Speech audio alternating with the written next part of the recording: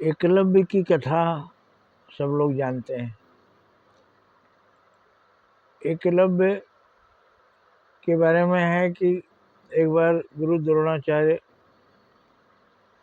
अपने शिष्यों के साथ जा रहे थे एक हिरण का पीछा करते हुए,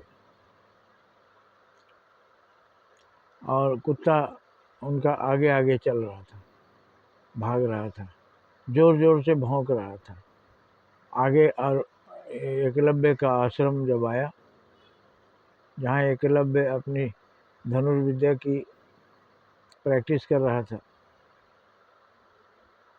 तो उसने कुत्ते को भौंकते हुए देखा, तो एक साथ कई तीर मुट्ठी में लेके मारा। कुत्ते के मुंह में वो तीर जाके फंस गया। कुत्ता घायल नहीं हुआ, इतना सधा हुआ तीर मारा, लेकिन उसका मुंह खुला का खुला रह गया, आवाज़ निकलनी बंद हो गई। तब तक गुरु द्रोणाचार्य पहुँचे शिष्यों के साथ। उन्होंने कहा कि भाई तुम अद्भुत वीर हो, तुमने कुत्ते का मुंह बंद कर दिया। तीर जाता तो कुत्ते का मुंह से पार चला जाता, कुत्ता मर जाता, लेकिन तुमने कैसा सधा हुआ तीर मारा कि कुत्ते का मुंह बंद हो गया, आवाज़ नहीं निकल रही है और कुत्ते को कोई क्षति भी नहीं पहुंची। तुम्हारे कौन है गुरु? बोला आइए मैं अपने गुरु को दिखाता हूँ, आप ही हमारे साक्षात गुरु हैं। तो द्रोणाचार्य ने कहा मैंने तो तुम्हें धनुष विद्या की शिक्षा दी नहीं, मैं गया था आपके पास, किंतु आपने कहा मैं राजकुमारों को शिक्षा देता हूँ, आम आदमी को नहीं, इसलिए तुम्हें शिक्षा नहीं दे सकता। तो आपने मुझे शिष्य बनाने से इनकार कर दिया था, इसलिए मैंने यहाँ जंगल में आपकी मूर्ति बनाई और धनुष विद्या सीखी।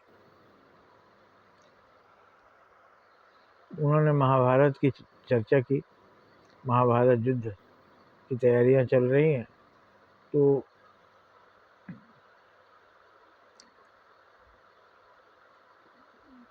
एकलव्य ने कहा कि 18 दिन जो महाभारत चलेगा गुरुदेव, अगर मुझे कहें तो मैं इसे 8 घंटे में समाप्त कर दूं, 18 घंटे की ज़रूरत ही नहीं है।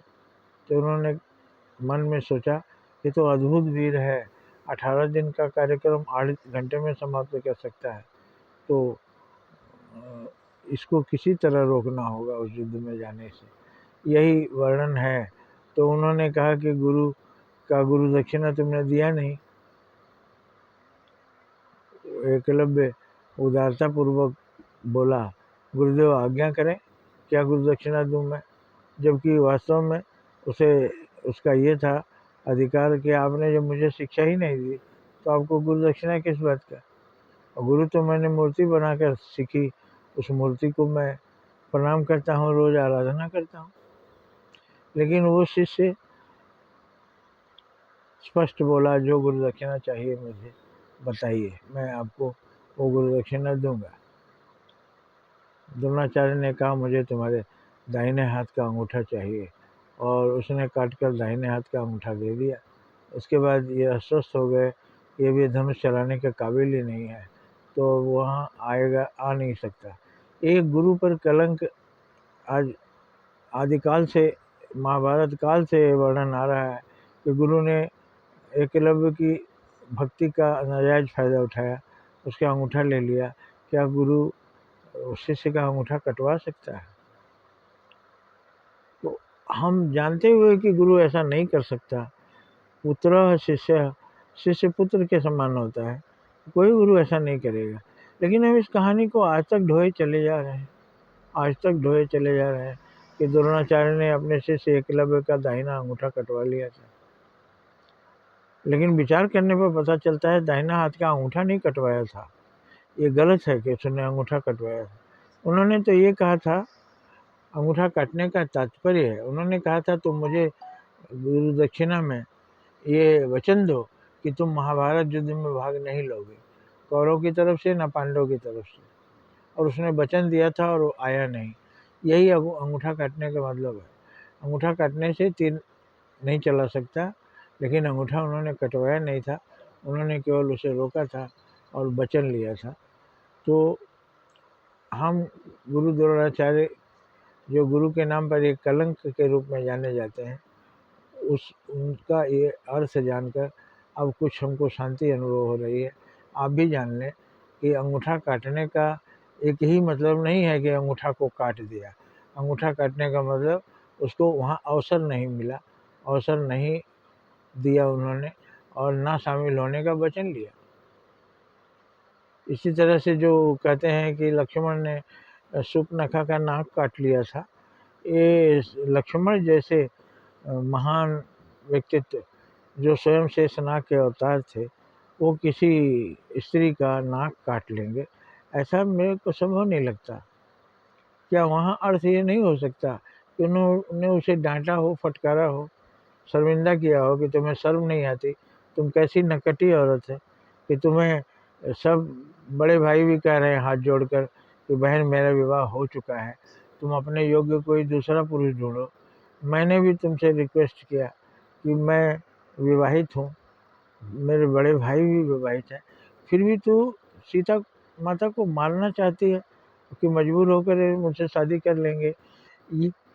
इसी शर्मनाक काम का उन्होंने उसे फटकार लगाया था और अपमानित किया था, और इस अपमान का बदला लेने के लिए वो अपने भाई रावण को ये सारी बातें जाके बताई। और विभीषण ने कहा भी, वहीं इसका जवाब देख लीजिए कि विभीषण ने कहा था, भाई मेरी एक बात मानो, और लक्ष्मण ने नाक नहीं काटी है इसकी, इसने हम लोगों की नाक काटी। सारा दुनिया जानेगा कि रावण जैसे महाबली विश्व विजेता, उसकी बहन इतना नीच काम कर सकती है, तो उसने नाक नहीं काटा, इसने हम लोगों की नाक काटी है, इसलिए इसको दंडित किया जाना चाहिए। इस पर रावण गुस्सा होकर एक लात विभीषण को मारा। जो बात समझ में आए वो बात समझाना चाहिए, रियलिटी समझ में आती है, और वो सब कथा में जो लिखा हुआ है वो इसलिए लिखा हुआ है कि एक बार लोग अपने दिमाग पर जोर देंगे और सच्चाई तक पहुँचेंगे।